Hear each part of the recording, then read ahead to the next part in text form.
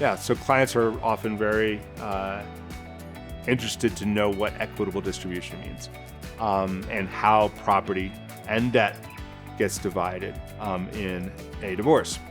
You've probably heard the old saying that two people can live as cheaply as one. It's not true, but it's almost true. Definitely two single people have a much higher cost of living than a married couple.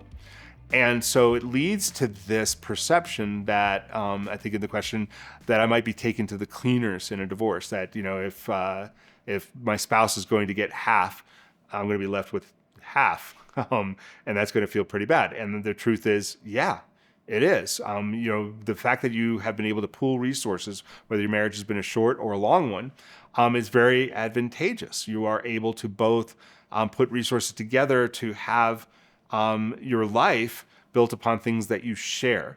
And then, the marital residence, I think, is one of the key ones that comes up in a lot of marriages and a lot of divorces, is what happens to the house.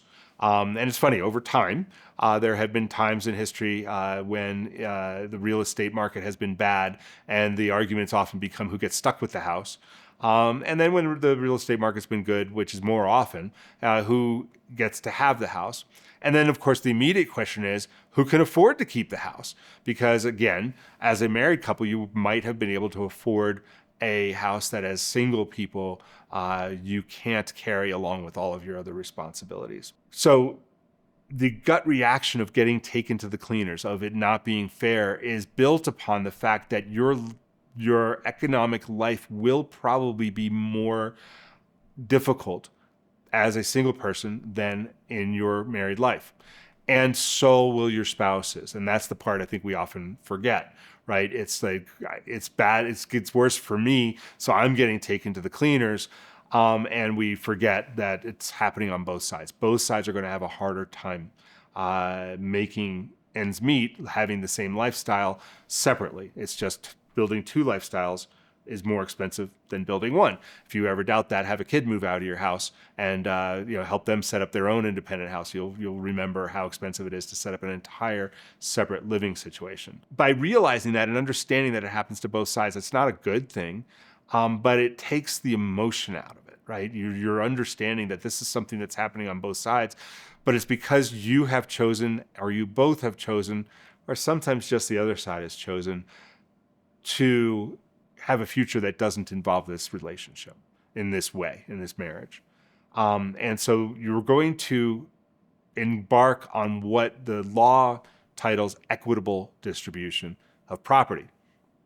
And it's important to not sort of gloss over the itaba part of it, right? It's not equal distribution. It's equitable distribution, because equal's hard, because you can't take a razor and cut a house in half. You can't divide certain things in half. They just don't lend themselves to being divided. And it's also equitable because sometimes equity, the word equity, involves some notion of fairness. And so if there are aspects of how the assets were arrived at, or whether there's been waste in the later parts of the marriage, or other reasons why the distribution should be unequal to make it equitable, those are things you're going to have to think about and consider. But for the most part, equitable means relatively even, but done in a way that satisfies the needs of both sides in a fair manner. And so it's not about being taken to the cleaners. It's about recognizing that it is going to be difficult, and that difficulty will be distributed equitably just along with the assets, with the debts, and with everything else. What is in the marital estate and what's in the non-marital estate? So let's first of all talk about these words. And different states are different in how this is considered. But think about it this way. The day you got married, or the day before you got married, everything you have is in your non-marital estate, and everything your spouse has is in your spouse's non-marital estate. Two non-marital estates, and now you get married. In Colorado, that does not mix everything together. You still have your non-marital estate. Now, over time, you can imagine that things will start to get blurry and get blended. But if you maintain distinct relationships among some things, let's say you had an inheritance and you have a bank account with that inheritance in it, that's going to stay non-marital. Let's say you had a Picasso that you owned beforehand and you hung it on the wall, that's going to stay non-marital. And if there should come a time where the divorce ends, then those things would probably be considered part of the non-marital estate, as we also call separate property.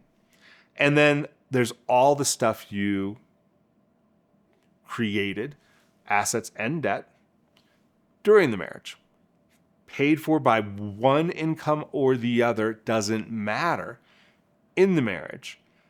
If you bought the house with income and or money from the marriage, if you bought a car, if you bought clothes, if you bought another Picasso, whatever you acquired during the marriage through marital assets or marital efforts, even through the work of your own hands or your spouse's own hands, becomes marital property. The one thing that, like an example that I'll give you, is sometimes the conversation will be,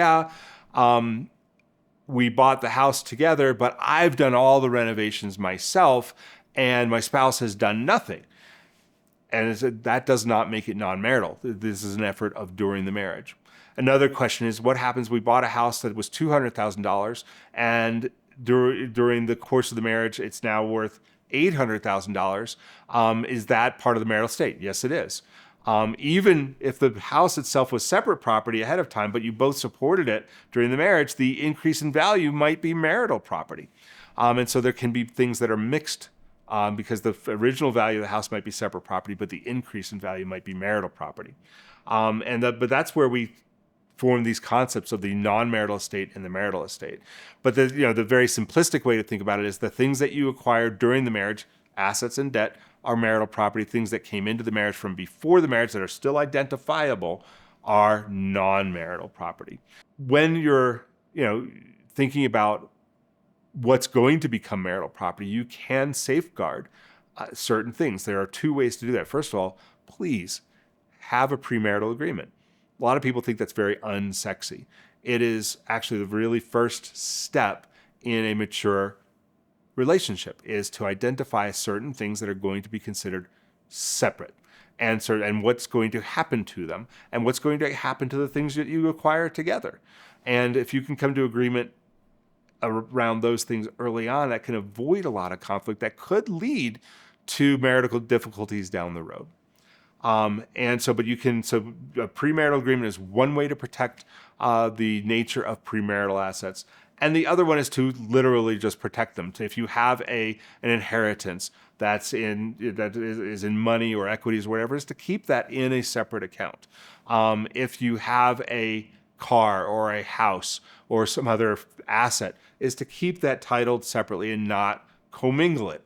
If we start to lose the ability to identify where the source of that item came from, then it will be considered probably to have become marital property. So you want to safeguard those things, and then to be able to clearly identify what is now in the marital estate and what has remained as separate property.